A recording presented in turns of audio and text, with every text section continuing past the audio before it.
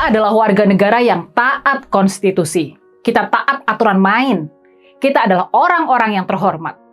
Makanya, sepahit apapun putusan Mahkamah Konstitusi terkait hasil pemilihan Presiden 2024, mau tidak mau dengan penuh lapang dada, kita harus menerimanya.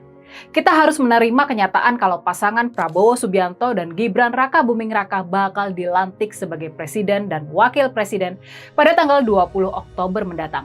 Dan memang nyaris saja kita boleh berkata kalau Mahkamah Konstitusi sebetulnya nyaris saja menerima argumen tim hukum pasangan calon 01 dan 03 agar dilakukan pemilihan suara ulang di beberapa provinsi penting, setidaknya di DKI Jakarta, Jawa Barat, Jawa Tengah, Jawa Timur, Bali, dan Sumatera Utara.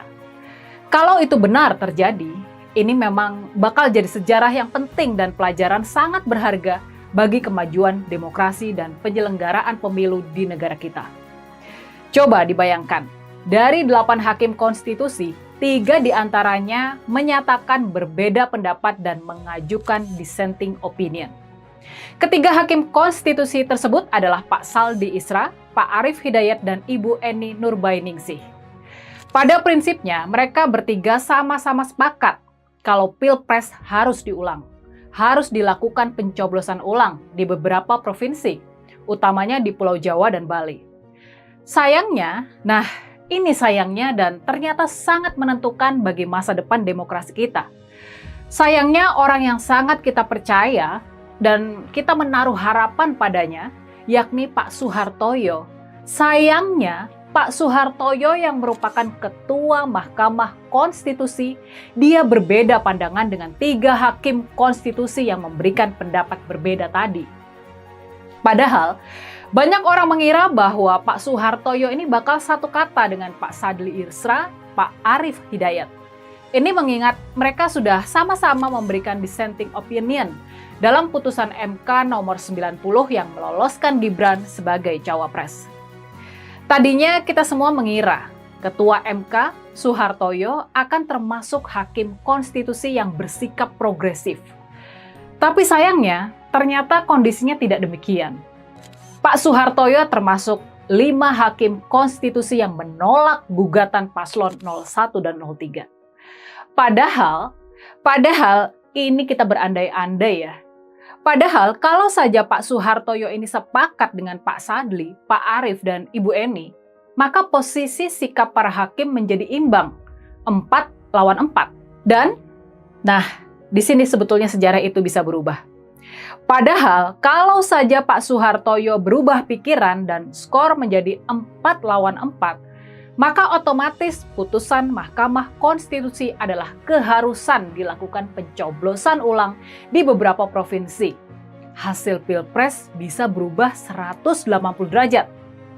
Sebagai Ketua MK dalam posisi imbang, suara Pak Suhartoyo dianggap double, sehingga keputusan dialah yang bakal diadopsi oleh Mahkamah Konstitusi. Jadi bisa kebayangkan betapa nyarisnya sejarah bangsa kita berbelok dan jadi pelajaran yang sangat berharga bagi kemajuan demokrasi dan penyelenggaraan pemilu. Semua perbedaan sejarah ini hanya ditentukan oleh satu orang saja, yakni Ketua Mahkamah Konstitusi Pak Suhartoyo.